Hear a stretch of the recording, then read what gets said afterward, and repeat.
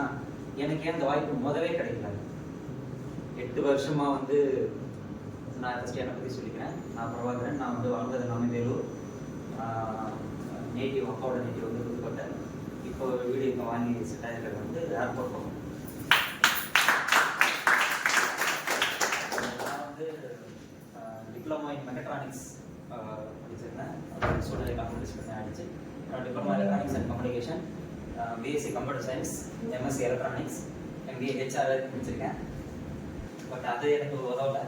Wastage தான் எனக்கு வரணும். ஸோ அதுக்கப்புறம் என்னோட எக்ஸ்பீரியன்ஸ் என்னென்னு பார்த்தீங்கன்னா, சாம்சங் நிறுவனத்தில் செல்ஃபோன் சர்வீஸ் பண்ணுற டெக்னீஷியனாக படிப்பு டிஸ்கன் நினச்சதுனால அதில் 4 வேலை பார்த்தேன். அப்புறம் சர்வீஸ் நுணுக்கங்கள்லாம் கொஞ்சம் கற்றுக்கிட்டேன். அதுக்கப்புறம் வந்து திரும்ப படிக்கலாம்னு சொல்லி மறுபடியும் காலேஜ் போய் கொஞ்சம் டைம் என்னாச்சு. அதுக்கப்புறம் மறுபடியும் ஸ்டடீஸ் கண்டினியூ பண்ணுறதுக்கு போனேன். அதுக்கப்புறம் வந்து ஷூ கம்பெனியில் மிஷின்கள்லாம் ரிப்பேர் பண்ணுற மெக்கானிக்காக வேலை பார்த்தேன். அதுலேயுமே நிறைய போட்டி பொறாமைகளை பார்த்தேன். யாராவது வேலை சொல்லி தருவாங்களாம். கொஞ்சம் வந்து பார்த்தோடனே வேலைங்களை கற்றுக்கக்கூடிய ஒரு பர்சனாக இருந்தேன் அப்படிங்கிறத என்னோட சீனியர் பார்த்துட்டு நீங்கள் இருக்கும்போது மிஷினை கலட்டக்கூடாது முடியும், ஏதாவது ரிப்பேர் அப்படின்னா வாங்கன்னு டூல்ஸ் தூக்கிறதே என்னை கூட கூப்பிட்டு போவார். கலட்டுறதுக்கு நான் வேணும், மாற்றுறதுக்கு நான் வேணும், ரிப்பேர் பண்ணும்போது மட்டும் அதை எடுத்து போய் வராங்க வெளியேன்னு சொல்லுவாங்க. இப்போ யாராவது இங்கே வந்து அவங்களோட கற்றுக்கிட்ட தொழிலை வந்து சொல்லிக் கொடுக்குறதுக்கு யாராவது ரெடியாக இருக்காங்க? சரி, ஓகே. அப்போ ஒரு பிஸ்னஸை தெரிஞ்சுக்கணும், ஒரு தொழிலை தெரிஞ்சுக்கணும், ஒரு நுணுக்கத்தை தெரிஞ்சுக்கணும் அப்படின்னா நம்ம போயிட்டு வந்து இந்த பிஸ்னஸை பண்ணலாமா கூட நம்ம ஒரு சிலரெல்லாம் கேட்கணும். கேட்குற ஆளுக்கு அது பதில் சொல்ற தகுதி இருக்கா? அதை அந்த குவாலிஃபிகேஷன் இல்லாத ஒருத்தர் போய் நம்ம கேட்கணும், இந்த பிஸ்னஸை நான் செய்யணுமா அப்படின்னு நம்ம தெளிவாட்டு கேட்கணும். அவரே வேலைக்கு போறது. அவர்கிட்ட போயிட்டு நம்ம பிஸ்னஸ் பண்ணலாமா, இந்த பிஸ்னஸ் நான் செய்யட்டுமான்னு கேட்டா, இதெல்லாம் எதுக்கு தம்பி, வேலைக்கு போப்பா அப்படின்னு தான் கைட் பண்ணுவாங்க. சரி, அப்போ நம்ம கேட்குற ஆளுங்க தான் தப்பு. கேட்குற ஆளுங்க இந்த மாதிரி ஆளுங்க கேட்கறது தப்பு. சரி, பிஸ்னஸ் பண்ணுறவங்க போய் கேட்கலாம். பிஸ்னஸ் பண்ணுறவங்க நல்லா நுணுக்கு தெரிஞ்சவங்க போய் கேட்கலாம் அப்படின்னா கற்றுக் கொடுப்பாங்களா?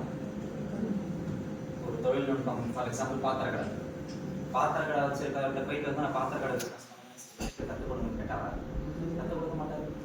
அவருக்கு கடை போட்டுருங்க சொல்லி தர மாட்டார். ஒரு டெஸ்ட் கடை வச்சிருக்கவங்க போய் சொல்லிக் கொடுங்க கடை சொல்லி தருவாரா?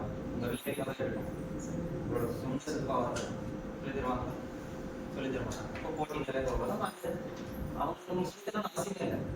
அவங்க சொல்லித்தரது டைம். நீங்கள் பிஸ்னஸ் பண்ணாதீங்க, வேற ஏதோ ஒரு பிஸ்னஸ் யாராவது பிஸ்னஸ் கற்றுக்கணும்னு கேட்டால் அவருக்கு டீச் பண்ணிட்டு இருக்கீங்கன்னா அவங்க பிஸ்னஸை பார்க்கலாம். குறை சொல்றதுக்கு இல்லை, அவங்க பிஸ்னஸை பார்க்கணுமா முன்னேறணுமான்ற பார்ப்பாங்க. உங்களுக்கு சொல்லிக் கொடுக்கணும்னு அவசியம் கிடையாது. அப்போ பிஸ்னஸ் கற்றுக்கிறது யார்கிட்ட கற்றுக்கலாம்? பிஸ்னஸ் யார்கிட்ட தான் கற்றுக்கலாம்? ஸ்கூலில் சொல்லி தர மாட்டேங்கிறாங்க. ஸ்கூல் வேலைக்கு போ, வாழ்க்கை செட்டில் ஆகும். சரி, நம்ம அம்மா அப்பாவாக பிஸ்னஸ் பண்ணணும்னு சொல்லி கொடுத்தாங்களா? அவங்களுமே வந்து நல்லா படிக்காங்கன்னா வாழ்க்கை செட்டில் ஆகணும்னு சொல்லிட்டாங்க. ஏன்னா அவங்க சின்ன வயசுல ஏரியாவில் ஒரு இன்ஜினியர்னா லைஃப் செட்டில் ஆகுதுன்னு அவங்க சின்ன வயசுல நினைச்சிட்டு இருந்தாங்க. அதே மாதிரி இன்ஜினியர்லாம் ஏரியாவில் பெரிய ஆளாக இருந்தாங்க, அவங்க சின்ன பிள்ளையா இருந்தாங்க. இப்போ இன்ஜினியர் எங்க இருக்காங்க? இன்ஜினியர்லாம் செட்டில் ஆயிருக்காங்க.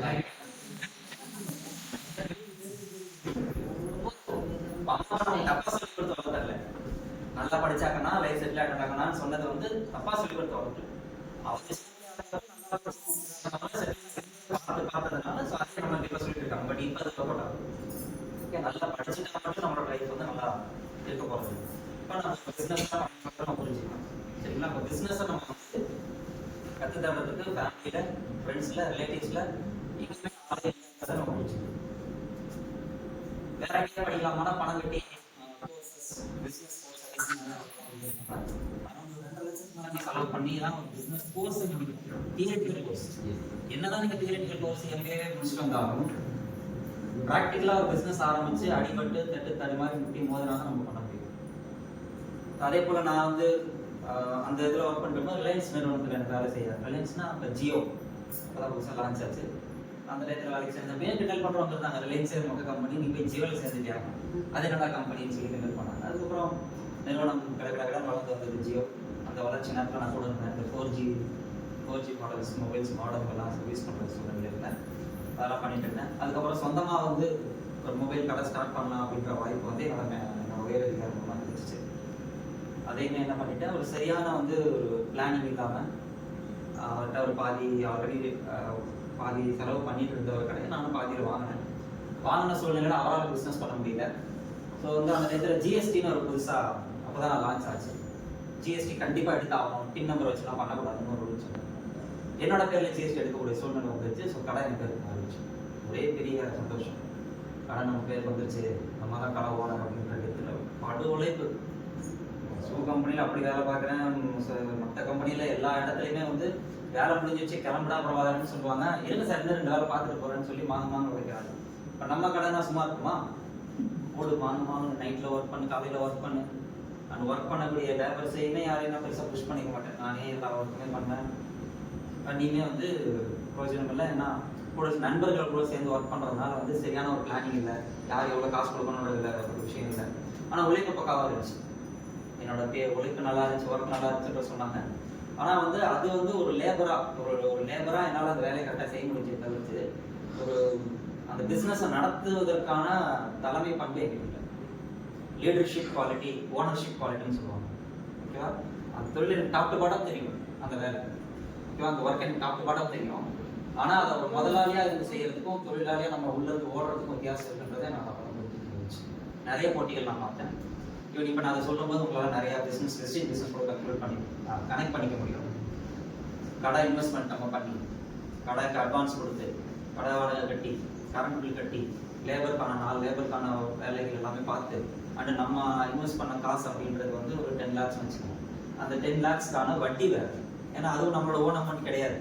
10 lakhs அப்போ ரெடி பண்ணுறேன்னு சொல்கிறீங்களா? அப்போ நீங்கள் 10 lakhs வச்சிருக்கிறது பெரிய ஆளுன்னு கேட்டிங்கன்னா அஃப்கோர்ஸ் நோ. என்னோட அப்பா வந்து வேலூரில் அலங்கார், ஆரிபவன், ஆரியாஸ் அது போல் நிறுவனங்கள், அதெல்லாம் ஒரே நிறுவனம் தான். அந்த ஹோட்டலில் வந்து கேஷியராக ஒர்க் பண்ணியிருக்காங்க 26 வருஷம். ஜஸ்ட் என்ன படிக்க வச்சாங்க, அவ்வளோதான். பெரிய இந்த ஃபேமிலிலாம் கிடையாது. படிக்க வச்சுட்டாங்க. அப்புறம் நானாக தான் ஓடினேன். எல்லா விஷயங்களுக்கும் நானே என்னோட நம்பிக்கை மூலமாக நம்பிக்கை தெரிஞ்சவங்கள்ட்ட அந்த கடன் வாங்கி ஒரு பிஸ்னஸ் நான் ஸ்டார்ட் பண்ணி நடத்திட்டு இருந்தேன். நம்பிக்கை பேர் கொடுத்தாங்க. பட் ஆனால் அதை நான் சக்ஸஸ்ஃபுல்லாக பண்ண முடியும். அதே போட்டி பொறாமை, எவ்வளோ பணம் வருது, நம்ம எவ்வளோ போட்டிருக்கோம், போட்ட காசு எடுக்கிறதுக்கு எத்தனை வருஷம் ஆகும் சொல்லுங்கள். ஒரு 10 lakhs நம்ம போட்டுட்டோம், ROI சொல்லுவாங்க, ரிட்டர்ன் ஆஃப் இன்வெஸ்ட்மெண்ட். 10 lakhs நம்ம போட்டுட்டோம், திருப்பி அதை எடுக்கிறதுக்கு எத்தனை மாதங்கள் ஆகும்? அதுக்கு நம்ம மாதம் வந்து எவ்வளோ ப்ராஃபிட் பார்க்கணும், மாதம் இவ்வளோ நம்ம சம்பாதிக்கணும். அதில் கடை வாடகை கட்டி, கரண்ட் கட்டி, லேபர் செலவு பார்த்து, சின்ன சின்ன பிரச்சனைகளாக வரும், சின்ன லாஸஸ்லாம் வரும். அது எல்லாத்தையும் நம்ம பார்த்து சக்ஸஸ்ஃபுல்லாக ஒரு மாதமும் வந்து பிஸ்னஸை மாதத்துலேருந்தே சக்ஸஸ்ஃபுல்லாக ரன் பண்ணி ஒரு 50,000 மேலே நீங்கள் ப்ராஃபிட்டை பார்த்து அதில் கையில் நிற்கிறது வந்து எவ்வளோனா அரௌண்ட் ஒரு 20-30 நின்றுச்சு அப்படின்னா மாதம் 30,000 வச்சுக்கோங்க. அந்த 30,000 வச்சு உங்களோட இன்வெஸ்டட் அமௌண்ட் 10 lakhs எடுக்கிறதுக்கு எத்தனை வருஷங்கள்? 3 to 4 வருஷமாக தான் ஆகிடும். அதுக்கு நடுவில் வந்து கடைக்கு எதிரில் பலனாலும் முடிவாங்க, கடைக்கு கஸ்டமராக ஆயிடும். நம்ம கடை மாதிரியே, நம்ம கடைனா நம்ம செல்ஃபோன் கடை வச்சிருக்கோம் அப்படின்னா நம்மளுக்கு போகிறதே கடை எதிர்பக்கம் போடுவோம். பெரிய கடை நம்மளோட பெரிய கடையாக இருக்கும். அதுக்கப்புறம் அது என்ன நடக்கும் நமக்கு தெரியாது. அண்ட் வந்து நம்ம கடை நல்லா போச்சு அப்படின்னா எதிர்கடைக்காரங்க சும்மா இருக்குமா? பிரச்சனைக்கு ஆல் செட் பண்ணி அனுப்பிச்சு விட்டாங்க, அங்கே போய் பிரச்சனை பண்ணிட்டு வா அப்படின்னு சொல்லி. அப்போது எனக்கு புரிஞ்சிக்கக்கூடிய எக்ஸ்பீரியன்ஸ் இல்லை. அது உண்மையாக தான் சண்டை போடுறாங்க நான் நினச்சிட்டு இருந்தேன். ஒரு ஃபியூச்சரில் தான் தெரிஞ்சிச்சு போட்டி பொறாமைகளோட போட்டி கம்பெனி ஆளுங்களோட நிறைய வேலை அப்படின்னு சொல்லிட்டு. நீங்கள் பெரிய எக்ஸ்பீரியன்ஸாகவே இருந்தாலும் இந்த தந்திரங்களை ஹேண்டில் பண்ணணும். ஒரு ஓன் பிஸ்னஸ் நம்ம ஸ்டார்ட் பண்ணுறோம் அப்படின்னா இவ்வளோ டிஃபிகல்ட்டிஸை தாண்டி தான் நம்மளால ஒரு பிஸ்னஸ் வந்து பண்ண வேண்டியது இருக்குது. ஸோ அதை நான் பண்ண முடியல. நான் தோல்வி விற்றுட்டு அரௌண்ட் 3 lakhs லாஸ்ட்டில் நான் போட்டு வெளியே வந்தேன். அதுக்கப்புறம் டீச்சிங் ஒர்க்கு பார்த்தேன். கம்ப்யூட்டர் டீச்சராக வந்து கிராமத்து பிள்ளைங்களுக்கு இலவச கணினி பயிற்சி வழங்கக்கூடிய ஒரு கம்ப்யூட்டர் டீச்சராக ஒர்க் பண்ணிட்டு இருந்தேன். அதில் கொஞ்சம் சின்சியராக நான் பண்ணிட்டு இருக்கும்போது தான் வந்து எனக்கு பண முதலீடு கான்செப்டில் ஒரு வாய்ப்பு வந்துச்சு. இவ்வளோ காசு போட்டால் இவ்வளோ காசு, விளம்பரம் பார்த்தா காசு, 20,000 போட்டால் 50,000 வரும் அப்படிங்கிற மாதிரி ஒரு கான்செப்டை பார்த்தேன். ஏன்னா அப்போ நல்லா ஓடி பண்ணிட்டோம். பட் திரும்ப வந்து ஒரு எஃபோர்ட் இல்லாத ஒரு டீச்சிங் ஒர்க்கு பார்த்துக்கிட்டு நம்ம இருக்கிறதுல எனக்கு வந்து ஏதாவது ஒன்று பண்ணணும்னு எண்ணம் வந்துச்சு. அது இல்லாமல் மேரேஜ் வேறு நடுவில் பேசி விட்டாங்க. நம்மளே வந்து ஒரு வில்லேஜில் கிடைக்கிற காசு வச்சுட்டு 13,500 சொல்கிறதுக்கு மேலே 13,500 ஒரு டீச்சர் வேலையை பார்த்துட்டு நான் ஒர்க் பண்ணிட்டு இருக்கேன். எனக்கு வயசாச்சு, கல்யாணம் பண்ணி வச்சிடலாம் அப்படின்னா நானே கிடைக்கிற காசு வச்சுட்டு கோயிலில் சாப்பிட்டுட்டு கிடைக்கிற காசு வச்சு ஹோட்டலில் சாப்பிட்டுட்டு நான் இருந்துருக்கேன். அந்த பொண்ணு சாரி கட்டாலும் நம்மளால வாங்கி தர முடியாது. இந்த சூழ்நிலை கல்யாணம் பண்ணி வச்சு என் கடமை நான் முடிச்சிடறேன், உங்கள் கடையை நீங்கள் முடிச்சுக்கணும். நான் என்ன பண்ணுறது? 10,000 மாதம் நான் கடன் கட்டி ஆகணும். ஏன்னா அந்த பிஸ்னஸில் எனக்கு லாஸ். ஓகே, 10,000 நான் 10,000 மாதம் கொடுத்தாகணும். ஒரு 3,500 தான் எனக்கு கை செலவு இருக்கும். அப்பப்போ செல்ஃபோன் ஏதாவது ரிப்பேர் பண்ணி கையில் 100 பார்ப்பேன், லேப்டாப் ரிப்பேர் பார்ப்பேன், அந்த மாதிரி சின்ன சின்ன விஷயங்களை வச்சு அப்படியே வில்லேஜில் ஓடிட்டு இருக்கேன். கல்யாணம் பண்ணி வைக்கிறதுனால என்ன பண்ணுறது, ஒரு பயம் வந்துருச்சு.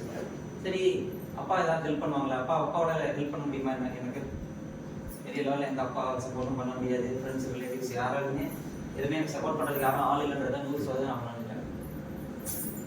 நம்ம தான் பார்க்கணும். நம்ம அப்பா நமக்கு வந்து எதுவுமே பண்ண முடியாது, நம்ம ரிலேட்டிவ்ஸ் யாரும் நமக்கு எதுவுமே பண்ண மாட்டாங்க. நம்ம தான் பார்த்துக்கணும் அப்படின்ற விஷயம் எனக்கு ஒரு விஷயம். நம்ம தான் ஓடணும் அடுத்தடுத்த விஷயங்கள் நான் தேடி போய்கிட்டே இருக்கும்போது இந்த பண முதலீடு கான்செப்டை பார்த்தேன்.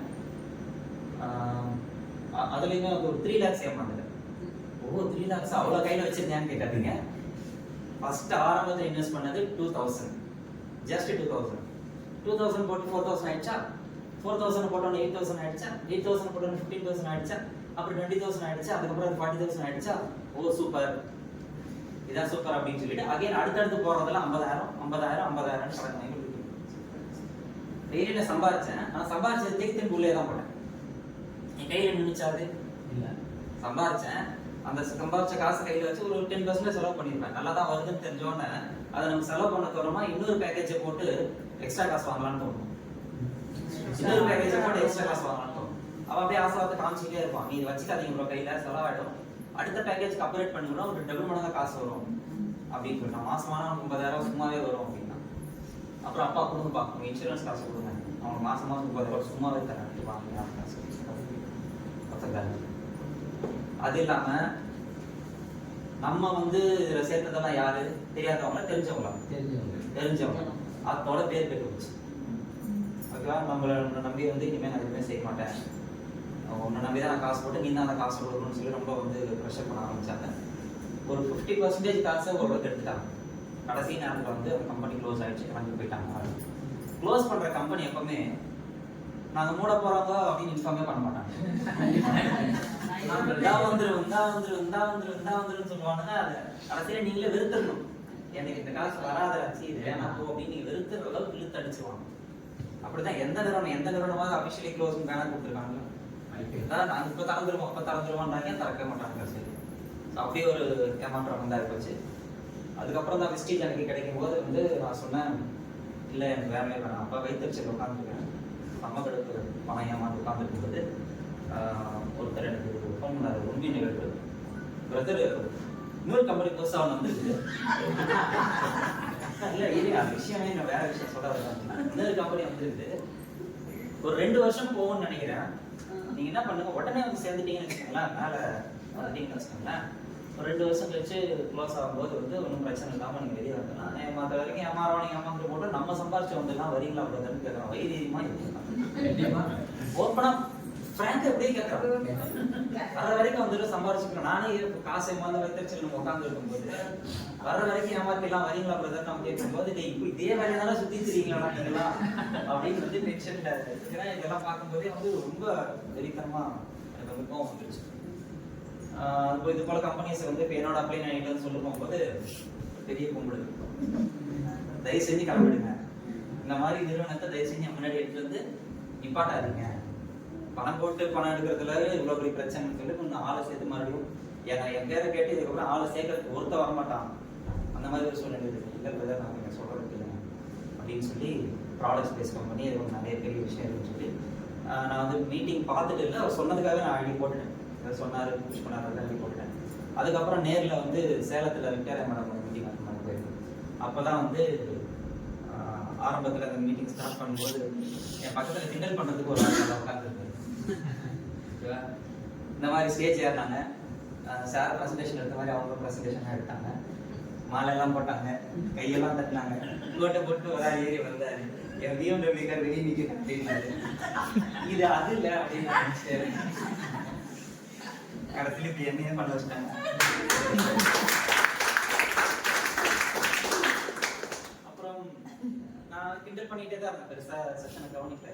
முன்னாடி இருக்காரு, அவர் கம்ப்ளைண்ட் இருக்கும் பின்னாடி இருக்கிறாரு, ப்ரோ சைலண்டாக இருந்துருந்தாரு. நான் கிண்டல் பண்ணிகிட்டே தான் இருந்தேன்.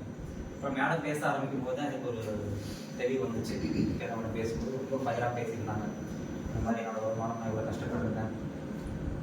இப்போ நான் பேசிட்டு இருக்கேன், இந்த மாதிரியான ஸ்பீச் மேடம் பேசினாங்க. நான் இந்த மாதிரி நான் லேட்டாக பேசிகிட்டு இருக்கேன், மேடமோட ஸ்பீச் ஃபயராக இருக்கேன். அந்த மாதிரி ரொம்ப ஃபயராக பேசும்போது எனக்கு ஒரு மைண்டில் ஒரு நெருப்பு கிரியேட் ஆச்சு.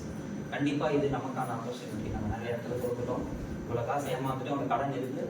இந்த காசை எடுக்கிறதுக்கு எனக்கு இந்த நாங்கள் என்ன ஏமாந்தோம் அது எனக்கு இதில் வந்துச்சுன்னா போதுன்றது எனக்கு நினச்சி நாங்கள் ஒரு 3 லட்சம், அப்புறம் அடுத்த ஒரு 3 லட்சம் நல்லா சொன்னாங்க. ஒரு 6 lakhs இதுலேருந்து என்னால் எடுக்க முடியுமா, முதலீடு இல்லாதுன்னு வேறு சொல்கிறாங்க. அந்த ஏமாந்த காசுக்கு நம்ம கடன் கட்டி தான் நான் வேலை பார்த்து தான் பல வருஷங்கள் அடைக்கணும். இது மூலமாக கொஞ்சம் சீக்கிரம் அடைக்கிறதுக்கு ஏதாவது சான்ஸ் இருக்கான்றது என்னோட எதிர்பார்ப்பு. என்னோட அப்ளைன்கிட்ட போய் கேட்டேன், நான் ஏமாந்தாலும் பரவாயில்ல, நான் என்னை நம்பி இன்னொருத்தரை சேர்க்க போகிறேன் இல்லையா, அவங்க யாருமே ஏமாந்துடக்கூடாது, இதுக்கு நீங்கள் கேரண்டி கொடுப்பீங்களா அப்படின்னு. நான் தரமுறை கேரண்டி அப்படின்னு சொன்னேன். சரி ஓகே நான் எடுத்து பண்ணுறேன்னு சொல்லிட்டு ப்ராடக்ட்ஸை வாங்க போகிறப்ப கூட நம்பலை, கம்பெனி நம்பாம தேனிட்டு இருந்தேன். கிளம்பி பஸ் ஸ்டாண்ட் வரைக்கும் நடந்து போய் இந்த ஆஃபீஸை பார்க்காம பொருளை வாங்கக்கூடாதுன்னு சொல்லிட்டு ஆன்லைன் ஆர்டர் போக சொன்னாங்க. இல்லை கம்பெனியை பார்க்காமன்னு சொல்லி கிளம்பி நடந்து போய், அப்போ சைக்கிள் தான் இருந்துச்சு, நான் கிளம்பி நடந்து போய் வந்து ஆஃபீஸ் போய் பார்க்குறேன். ப்ராடக்ட்ஸ் டிஸ்பிளேல கூட இல்லை, பேப்பரில் டிக் பண்ணி கொடுத்தீங்கன்னா எடுத்துக்கிறேன் அப்படின்னு சொன்னாங்க. அந்த எக்ஸ்பீரியன்ஸ் நான் சொல்கிறேன், அது உங்களுக்கு நல்லா பிடிக்கும். போய் நான் பார்க்கும்போது வந்து சின்ன ஸ்டோர் மாதிரி தான் இருந்துச்சு, பெருசாக ஒரு பெரிய ஆஃபீஸ் இந்த மாதிரிலாம் கிடையாது, சின்ன ஸ்டோர் மாதிரி இருந்துச்சு. ஒரு மேடம் வந்து வீடு வீடாக ப்ராடக்ட்டை சேல்ஸ் பண்ணுவாங்க, கட்டப்பை எடுத்து வீடு வீடாக சேல்ஸ் பண்ணுவாங்க. அவங்க பேச்சுமே வந்து ரொம்ப ப்ரொஃபஷனலாக இல்லை, நம்ம லோக்கலாக தான் இருந்துச்சு, குறையா சொல்லலை, லோக்கலாக தான் இருந்துச்சு. ஆனால் அவங்க நீங்கள் என்ன பண்ணுறீங்க அப்படின்னு கேட்டால் கோல் டேரக்டர் தம்பி அப்படின்னா என்ன அது இவங்கெல்லாம் கோல் டேரக்டர் ஆகிட்டாங்க. கோல் டேரக்டர்னா 3வது லெவலுக்கு எனக்கு தெரியும், அந்த லெவலில் இருக்கிறாங்களா அப்படின்னு சொல்லி. எப்படி நீங்கள் ஏரியாவாக பொருள் கொடுப்பேன், அவங்களுக்கு வந்து வெஸ்டேஜ் ஆப்னா என்னன்னு தெரியல, பிவி கணக்கு எதுவுமே தெரியல. நோட்டு வந்து ஒரு நோட் ஒன்று கையில் வச்சுருக்காங்க, அவங்க அப்படின்னு கொடுத்துருக்காங்க அவங்களுக்கு, அதை எழுதிக்குவாங்க. அப்புறம் வந்து பட்டன் செல் தான் கையில் வச்சுருக்காங்க, அவங்க வந்து மிஸ்ட் கால் கொடுக்குறாங்க. மிஸ்ட் கால் கொடுத்து மெசேஜ் பண்ணால் டிவி வரும், தெரியுமா? அந்த மாதிரி மிஸ்ட் கால் கொடுத்து டிவி எழுதி வச்சுக்கிறாங்க.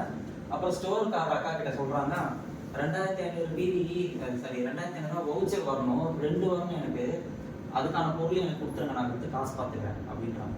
அதெல்லாம் தெளிவாக தெரியுது அவங்களுக்கு, பிளான் ஆப் தெரியாது, ஐடி போடுறது பற்றி தெரியாது. இப்போ இவங்க சம்பாதிச்சுட்டு இருக்கிறாங்க அப்படின்றது எனக்கு ஃபர்ஸ்ட் எக்ஸ்பீரியன்ஸ். நான் கடைக்கு போகும்போதே அவங்களெல்லாம் பார்த்து நான் வந்து நல்லா மோட்டிவேட் ஆனேன். ப்ராடக்ட் ஜஸ்ட் வாங்கிட்டு வந்துட்டேன். ரூமில் தனியாக இருக்கிறவனுக்கு எதுக்கு 2 லிட்டர் எண்ணெய் வாங்கி வந்து வச்சுட்டேன். ஓகேங்களா, பேஸ்ட் ஓகே எல்லாம் வாங்கிட்டு வந்து வச்சுட்டேன். பெருசாக யூஸ் எதுவும் இல்லை. உடனே ஐடி போட ஆரம்பிச்சிட்டேன். நிறைய ஐடிஸ் நான் க்ரியேட் பண்ணிக்கிட்டே வந்ததுக்கப்புறம் ப்ராடக்ட்ஸ் அவங்கெல்லாம் வாங்கி யூஸ் பண்ண ஆரம்பிச்சதுக்கப்புறம் வந்து எல்லாருமே நல்லா இருக்கும் வாங்கினவங்க சொன்னாங்க ஃபீட்பேக்ஸ். நான் உடனே யூஸ் பண்ணி பார்க்கல. அப்புறம் அப்படியே ஃபோன் பண்ண ப்ரோ இன்னும் எல்லாருமே நல்லா இருக்குறாங்க ப்ராடக்ட் அப்படின்னு கேட்டோம்னா, ஆமாம் ப்ரோ ப்ராடக்ட்லாம் சூப்பராக இருக்கு நான் சொன்னேன்ல ப்ரோ அப்படின்னு சொல்லி உடனே நான் ஐடி போட்டு அடுத்து மூவ் பண்ண ஆரம்பிச்சிட்டேன். அண்ட் வந்து சரி ஓகே நீங்கள் பண்ண ஆரம்பித்தவங்க வந்து உங்களுக்கு எல்லாமே சிறப்பாக நடந்துச்சா அப்படின்னு கேட்டிங்கன்னா, நானுமே வந்து தொட்டவனே கலக்காதுன்னு சொல்லுவாங்க இல்லையா, அந்த கேட்டகரி தான். நம்ம எஜுகேஷன்லேயே நம்ம பிரச்சனையாச்சு, வேலை பிரச்சனையாச்சு, ஜாப்ல பிரச்சனையாச்சு, மணி இன்வெஸ்ட்மெண்ட் ஸ்கீம்ல பிரச்சனையாச்சு. சரி வெஸ்டேஜ் நிறுவனம் சிறப்பான நிறுவனம் இதெல்லாம் அடிச்சுக்கிறதுக்கு ஆலையில எனக்கு கேரண்டி கொடுத்தாரு. ஆரம்பிச்ச ஒரு 6 மாசத்துக்குள்ளே லாக்டவுன் போட்டாங்க.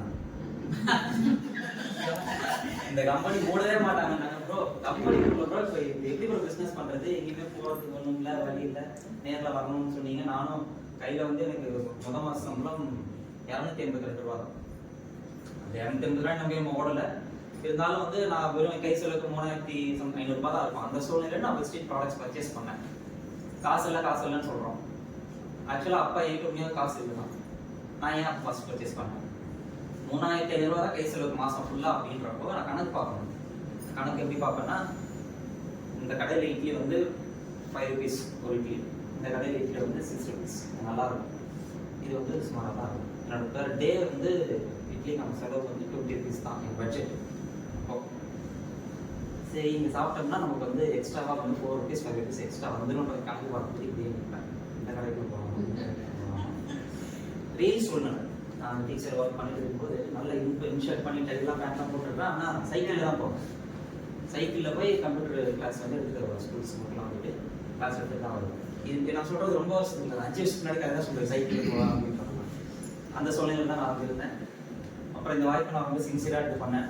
லாக்டவுன் ஆனதுக்கப்புறம் அந்த டிஜிட்டல் விஷயங்கள் தான் கொஞ்சம் அடாப்ட் நாள் முழுக்க இப்போ கால்ஸ் பேசுவேன். ஒரு ஃபோன் எடுத்தேன் அப்படின்னா வந்து ஒர்க்கை பற்றி, பிளானை பற்றி, ப்ராடக்ட்டை பற்றி, பிஸ்னஸை பற்றி எல்லாத்தையும் பேசி ஒரு ஃபோன் முடிச்சேன்னா 20 நிமிஷம் ஆகும். காலையில் பேச ஆரம்பித்தேன். எந்திரிச்சோன்னா ரூமில் ஃப்ரீயாக தான் இருப்பேன். பல்லு கூட அப்புறம் வளர்க்கிக்கலாம்னு சொல்லிட்டு எடுத்தோன்னே நோட்டை பிரித்து வச்சுட்டு ஃபோன் பேச ஆரம்பிச்சேன். பேசுவேன் 4 மணிக்கு உடம்பு சூடாக பேசுவேன். 10 மணி ஆனதுக்கப்புறம் தான் டிஃபன் சாப்பிட போகலாமான்னு யோசிப்பேன். மதியம் 2 மணி ஆனதுக்கப்புறம் தான் லஞ்சு சாப்பிடலாமான்னு யோசிப்பேன். நைட்டு 8:30 மணி 9 மணி ஆனதுக்கப்புறம் அவங்களே இதுக்கப்புறம் ஃபோன் எடுக்க மாட்டாங்கன்ற சூழ்நிலைக்கு தான் நான் அமைதியாக இருக்கேன். கண்டினியூஸாக இதுதான் நம்ம வாழ்க்கை மாறணும் அப்படின்றத வந்து இது பண்ணிட்டேன். அதுக்கப்புறம் வந்து நிச்சயதார்த்தம் பண்ணி 2 முடிவு பண்ணிட்டாங்க. நிச்சயதார்த்தமும் பண்ணி வச்சுட்டாங்க. நிச்சயதார்த்தம் பண்ணி வச்சுட்டாங்க. பண்ணி வச்சவனே என்ன பண்ணணும், என்கேஜ்மெண்ட் ஆயிடுச்சு இல்லையா? என்கேஜ்மெண்ட் ஆனால் யார்கிட்ட ஃபோன் பேசணும்? பண்ணி வச்சுட்டு போயிட்டாங்க. நான் அப்போ சொல்கிறேன் அவங்ககிட்ட, இந்த மாதிரி நான் ஒரு பெரிய வாய்ப்பை தேடி போயிட்டுருக்கேன், வேகமாக போயிட்டுருக்கேன். என்னை வந்து ஒரு வருஷத்துக்குள்ள நான் பிரான்ச் அடிக்கணும்னு முடிவு பண்ணியிருக்கிறேன். நீங்கள் வந்து பிஸ்னஸ் நோக்கி நம்ம ஃப்ரீயாக ஒர்க் பண்ணோம் அப்படின்னு சொல்லிட்டு நான் அவங்ககிட்ட சொல்கிறேன். சரி அப்படின்னு சொல்லிட்டு அவங்க விட்டுட்டாங்க. கொஞ்ச நாள் போது நான் பாட்டு பிஸ்னஸ்க்கு ஃபோன் பேசிக்கிட்டே இருக்கிறேன். யாராவது ஃபோன் பண்ணாங்கன்னா எனக்கு பிஸி வந்துச்சுனாலே டேய் ஒய்ஃபா கேர்ள் ஃப்ரெண்டா எனக்கே தொண்டை பேசுறவங்க கடுப்பேற்றுறாங்க, நீ வேற என்ன கடுப்பேற்றுறேன். இன்னொரு பொருளை வேற கிளப்பி போட்டாங்க. இவன் ஃபோன் இங்கே பேசிட்டே இருக்கலாம், ஆனால் அந்த பொண்ணு பேசுறது யாரு அப்போ வேற யார்கிட்ட பேசிட்டு இருக்காம போயிடுவேன் அப்படின்னு கிளம்பி மாப்பிளைக்கு பொண்ணு பிடிக்கலையான்னு கிளம்பி வந்து அந்த நேரம் பார்த்து என்னோட அப்பா இறக்கு போய் இறந்துட்டாங்க. கொரோனாவில் இறக்கல, ஹெல்த் இஷ்யூஸ், எங்கே வெளியே போக முடியல, கொரோனானால ஹாஸ்பிட்டலுக்கு போக முடியல, மருந்துகள் சரியாக வாங்க முடியாததுனால ப்ராப்பர் மெடிக்கேஷன்ஸ் எடுத்ததுனால இறந்துட்டாங்க. இறந்துட்ட சூழ்நிலையுமே நான் வந்து ஃபுல்லாக பிஸ்னஸ் கான்சன்ட்ரேட் பண்ணேன். ஈவன் ராஜன் சார் மீட்டிங் கூட நாங்கள் பேசியிருந்தோம். இறந்துட்டாங்கன்னா அது வில்லேஜ் இல்லையா, கொரோனா டைம்ன்றதுனால பெருசாக ஆளுக்கு வந்து பல்காக வரக்கூடாதுன்னு சொல்லிட்டாங்க. ஒருத்தராக அப்பப்போ வந்து துக்கம் விசாரிக்கிறதுன்ற விஷயம்லாம் செய்வாங்க. எப்போ துக்கம் விசாரிக்க வந்தாலும் முதல் பிள்ளை எங்க அப்படின்னு கேட்பாங்க. அவன் கிணத்து மேட்டில் ஃபோன் பேசிட்டு இருப்பான், பின்னாடி பேர் வந்து கூப்பிட்டு வாங்க அப்படின்னு சொல்லிட்டு கூப்பிட்டு வருவாங்க. குடும்பமே திட்டம், எவ்வளோடா சம்பாதிக்கிற, 700 வந்துருக்குமா அந்த மாதம், இதுக்காடா முட்டாக நீ இவ்வளோ தூரம் பேசிட்டு இருக்கிற அப்படின்னு. அதுக்கடுத்த மாதம் 800 சம்திங் வந்துச்சு. இதுக்காடா இவ்வளோ தூரம் பேசினா உன்னோட முட்டால் ஊர்லேயே கிடையாதுன்னு சொன்னாங்க. அதுக்கப்புறம் 4000 சம்திங் வந்துச்சு. பெர்ஃபார்மன்ஸ் போனஸ் தான் நினைக்கிறேன். அதான் அப்போ சார் சொன்ன மாதிரி 20,000 rupees 10,000 PV பண்ணோம். அப்போ வந்து வந்துச்சு. அதுக்கு அடுத்த மாதம் நான் பிரான்ஸ் முடிக்கும்போது அரௌண்ட் 10,000 கிட்டே எனக்கு இருக்க வந்துச்சு. 6ஆம் மாதம் என்ன இருக்க வந்துச்சு. அப்போ அந்த டைம் பார்த்து எங்கள் அப்பா இறந்துட்டு இருந்தாங்க. அதுக்கு அடுத்த மாதம் அப்பா முடிச்சுட்டு, அப்பா இறந்தது முடிச்சு ஃபார்மாலிட்டிஸ்லாம் பண்ணிட்டு இருக்கும்போது அதுக்கு அடுத்த மாதம் 10ஆம் தேதி இன்கம் வருது. எங்கள் அம்மா இந்த பையன் எனக்கு பொறுப்பாக இல்லாமல் இருக்கிறாங்க, என்னன்னே வந்து வரவங்கலாம் குழம்பிட்டு இருப்பாங்க. எப்போ பார்த்தாலும் எந்த ரிலேட்டிவ் வந்தாலுமே சும்மாவே இருக்கிறதில்ல. பெரிய பையன் இங்கே கிணத்து மேலே இருக்கான், சித்தி பையன் கூட்டு வரலாம் அப்படின்னு இருப்பாங்க. இப்படி பொறுப்பு இல்லாமல் இருக்கிறானே குழம்பிட்டு இருந்தாங்க. அப்போ ஒரு 10ஆம் தேதி வந்துச்சு. இன்கம் எவ்வளோன்னு கேட்டாங்க. 35,000 வந்து.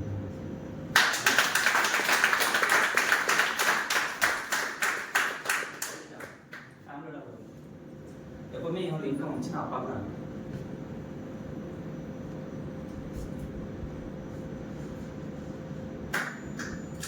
நல்ல இன்கம் வந்து அப்பா பண்ண முடியும். அந்த காலேஜ் ஜாயின் பண்ணும்போது சொன்னேன், நான்லாம் காலேஜ் ஜாயின் பண்ணேன்னா உங்களோட புதுசாக சம்பாதிக்கணும்னு சொன்னேன். கடைசி வரைக்கும் எங்கள் அப்பாவோட நான் பேச சம்பாதிக்கேன். எங்கள் அப்பா இறந்த அடுத்த மாதமே நல்ல சம்பாதிச்சிட்டேன். எங்களால் காப்பாற்றிடுவான்னு சொன்னாங்க. அண்ணா மாதம் காப்பாற்றிடுவாங்க. அதுக்கு அடுத்த மாதம் நல்லா வந்துச்சு. 35, 37, அப்புறம் 78,000, 79,000, 1,00,000 ரூபாய் வரைக்கும் நல்ல வருமானம் போச்சு. அதுக்கப்புறம் இதை பண்ணாதன்னு சொன்ன மொத்த பேருமே வந்து பரவாயில்ல, எனக்கு அப்பவே தெரியும்டாங்க, நல்லா பண்ணிருக்கேன், நல்லா பண்ணியிருக்கேன். லாஸ்ட்டாக வந்து ஃபாரின் டூர் போனப்பயுமே வந்து ஃபாரின் டூர் போனதுக்கு போக முடியும்னு எங்கள் அம்மாட்ட சொன்னேன். நீயாடா முன்னாடி 50 லட்சம் போவோம் இல்லைம்மா, கண்டிப்பாக நான் உங்களை கூப்பிட்டு போவேன். முதல் டூர் நான் தனியாக போனேன். அடுத்த டூர் தாய்லாந்து டூருக்கு எங்கள் அம்மாவை கூப்பிட்டு போனேன்.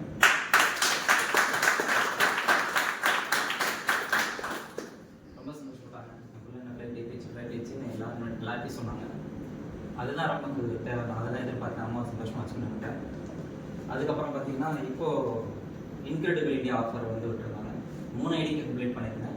டோட்டல் ஃபேமிலி, ஒய்ஃபு, அம்மா, என்னோட 2 மகள்கள் எல்லாரையும் ஃப்ளைட் ஏற்றி கல்கட்டா ட்ரிப் போயிட்டு.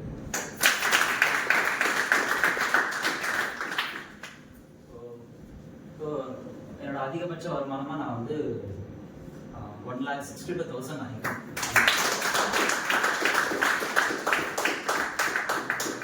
தாய்லாந்து ஒரு முறை போயிட்டு வந்தேன். அதுக்கு அடுத்த தடவை அம்மாவோட அடுத்த தாய்லாந்து ட்ரிப் போயிட்டு வந்தேன். அதுக்கப்புறம் வந்து துபாய் க்ரூஸ் கப்பலில் போயிட்டு வந்தேன். கத்தாரில் போயிட்டு வந்திருந்தேன். அப்புறம் இன்கிரெடிபிள் ஆஃபரில் போன வருஷம் கோவா போயிட்டு வந்திருந்தேன். இந்த வருஷம் வந்து கல்கட்டா ட்ரிப். இந்த வருஷம் கல்கட்டாவோட ட்ரிப் எப்படி இருந்துச்சு அப்படின்னா, அது ஒரு சின்ன ஒரு ஷார்ட்டாக சொல்கிறாங்க. இது இந்தியா மேப்னு வச்சுக்கோங்க. இங்கேருந்து இங்கே வரைக்கும் இந்தியா மேப்பு. அது யதார்த்தமாக அமைஞ்சிச்சு, நான் சொல்கிறேன். ஃப்ளைட் வந்து இங்கே திருச்சியிலேருந்து சென்னைக்கு வந்து நான் பஸ்ஸில் போயிட்டேன். ஏசி பஸ்ஸில் கூட்டு போயிட்டேன். சென்னையிலேருந்து எங்கள் அம்மா வந்து லாஸ்ட் டைம் நான் டெல்லி போயிட்டேன். V20 இதுக்காக டெல்லி கூப்பிட்டு போயிருந்தேன். அப்போ சொன்னாங்க அயோத்தி கோயில் பார்க்கணும்னு சொன்னாங்க. ஸோ அவங்க அயோத்தி கோயில் கூப்பிட்டு போகலான்னு சொல்லிட்டு நான் கல்கட்டாக்கு போகிறது போல அயோத்தி கோயிலுக்கு ஃப்ளைட்டை போட்டேன். இங்கேருந்து சென்னையிலேருந்து பெங்களூருக்கு ஒரு ஃப்ளைட்டு, பெங்களூர்லேருந்து அயோத்தி கோயிலுக்கு ஒரு ஃப்ளைட்டு, அயோத்தி இங்கே போயிடுச்சு உத்தரப்பிரதேஷ்லேருந்து அகைன் நீங்கள் கல்கட்டாக்கு வந்து கொல்கட்டாக்கு ட்ரெயினில் போனோம். ட்ரெயினில் போகும்போதே சொல்லிட்டாங்க, இந்த ட்ரெயின்லாம் வந்து ஒப்பட்டுது, பான்பராக் வருது, இதெல்லாம் நான் வரமாட்டேன் அப்படின்ட்டாங்க. இன்னும் நேரத்தில் அடம் பிடிச்சி என்னோட ரிட்டர்ன் ட்ரெயினை கேன்சல் பண்ண சொல்லி திரும்ப ஃப்ளைட்டை போட சொன்னாங்க. அகைன் திரும்ப நான் ஃப்ளைட் டிக்கெட்டை போட்டேன். இங்கேருந்து அப்படியே திரும்ப தமிழ்நாடு வர வேண்டியது. சொல்லலை, இங்கேருந்து வர வேண்டியது. இங்கேருந்து டெல்லிக்கு போய் கனெக்டிங் ஃப்ளைட் அப்படி வந்துருச்சு. இங்கேருந்து டெல்லிக்கு போய் மறுபடியும் டெல்லியிலேருந்து சென்னை வந்து சென்னையிலேருந்து திருச்சிக்கு வீட்டுக்கிட்டே வந்து ஃப்ளைட் ஆரம்பிச்சு. 4 நாள்ல 5 முறை ஃப்ளைட்டா ஏறி ஏறி ஏறி ஏறி இறங்குற டவுன் பஸ் மாதிரி ஆயிப்போச்சு. எங்க அம்மாக்கு அடுத்த டவுன் பஸ் எப்படா வரும் அப்படிங்கிற மாதிரி கேட்குறாங்க. சரி, இது கல்கட்டா ட்ரிப் வந்து கம்பெனி அக்காமடேஷன் அண்ட் ஃபுட்டு தான் கொடுத்தாங்க. டிராவல் யாருக்கு? நம்மளோட தான். இந்த டிராவல் ட்ரெயினே போயிருக்கலாம், எப்படியான போயிருக்கலாம். பட் என்னோட லைஃப் ஸ்டைல் நல்லா இருந்ததுனால தான் வந்து போகவும் ஃப்ளைட்டு வரவும் ஃப்ளைட்டுங்கிற மாதிரி என்னால் வந்து வர முடிஞ்சிச்சு. ஃபேமிலியை கூட்டிகிட்டு நம்மளால் என்ஜாய் பண்ண முடிஞ்சிச்சு. இது எல்லாருக்கான வாய்ப்பு தான். கல்கட்டா ட்ரிப் அப்படிங்கிறது கிரவுண்ட் டேரக்டர் மட்டும் தான் கொடுத்தாங்களே, எல்லாருக்குமான வாய்ப்பு. கொஞ்சம் ஒரு 4 பேர் ஃபாஸ்ட்டாக டைப் பண்ண வைப்பான்னு சொன்னாங்க. பண்ணியிருக்கலாமா? அப்போவே முடிவு பண்ணிட்டேன். அனௌன்ஸ் பண்ணும்போதே முடிவு பண்ணிட்டேன், குடும்பத்தோடு பண்ணுறோம் அப்படின்னு சொல்லி. இப்போ ஃபேமிலியோடு நான் வந்து போயிட்டு வந்திருந்தேன். அப்புறம் நான் லாஸ்ட்டாக லேண்ட் வாங்கியிருந்தேன். 20 lakhs நான் லேண்ட் வாங்கியிருக்கேன். அதுக்கப்புறம் கட்டின வீடு ஒன்று ஆல்ரெடி நம்ம வாங்கியிருந்தோம், ஃபேமிலியோட சேர்த்து நான் வாங்கியிருந்தோம். இப்போ வந்து வாங்கின லேண்டில் 35 lakhs worth வீடு கட்டுமானம் பண்ணிடுறது. இந்த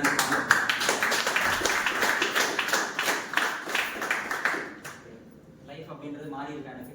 கண்டிப்பாக. நான் ரிட்டையர் ஆகிட்டேன்னா 2 மகள் இருக்கு.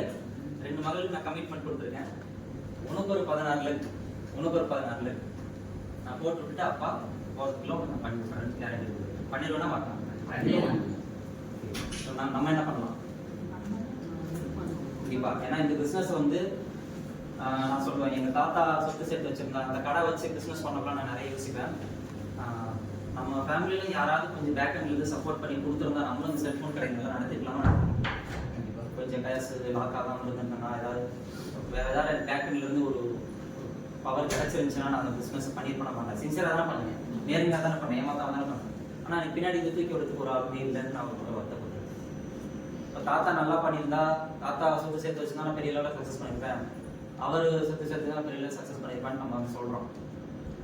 அந்த தாத்தா நான் தான் முடிவு பண்ணிட்டேன் என்னோட பாரம்பரியம். என்னோட அடுத்த ஜென்ரேஷன் பீப்புள் பிரபாகர் தாத்தா சொத்து சேர்த்து வச்சாரு, அவரால் தான் நாங்களாம் நல்லா இருக்கும் அப்படின்னு சொல்லணுன்றதை நான் முடிவு பண்ணிட்டேன். கண்டிப்பாக சேர்த்து வச்சுருவேன். இந்த மகளுக்கு ஒரு 100 பவுன், 100 பவுன். எனக்கு 2 பொண்ணு. கல்யாணம் ஆக யாரும் நினச்சிங்களா? எனக்கு 2 பொண்ணு. ஒரு பொண்ணு பேர் யாழ்விக்கா, ஒரு பொண்ணு பேர் திகழ்னு. நல்லா க்யூட்டாக இருப்பாங்க. ஸோ இப்போ லைஃப் வந்து எனக்கு நல்லா இப்போ அந்த வீடு கட்டுமான பணிகள் கொஞ்சம் போயிட்டு இருக்கு. அதனால சின்ன சின்ன லோன்ஸ் இருக்குது. சார் கேட்கும்போது லோன் இல்லாமல் யாராவது இருக்கீங்கன்ற மாதிரி நான் ஹேண்டில்ஸ் பண்ண முடியல. லோன்றது வந்து காசு பத்தாமல் வாங்குற லோன் வேறு, ப்ராப்பர்ட்டிக்காக வாங்குற லோன் வேறு. ஓகேவா? அன்றாட லைஃப்பை ரன் பண்ணுறதுக்கு காசு கொடுத்தாம நம்ம காசு கடன் வாங்குறது தப்பு. அந்த மாதிரி சூழ்நிலை. இது வந்து வளர்ச்சியை நோக்கி போகிறோம்.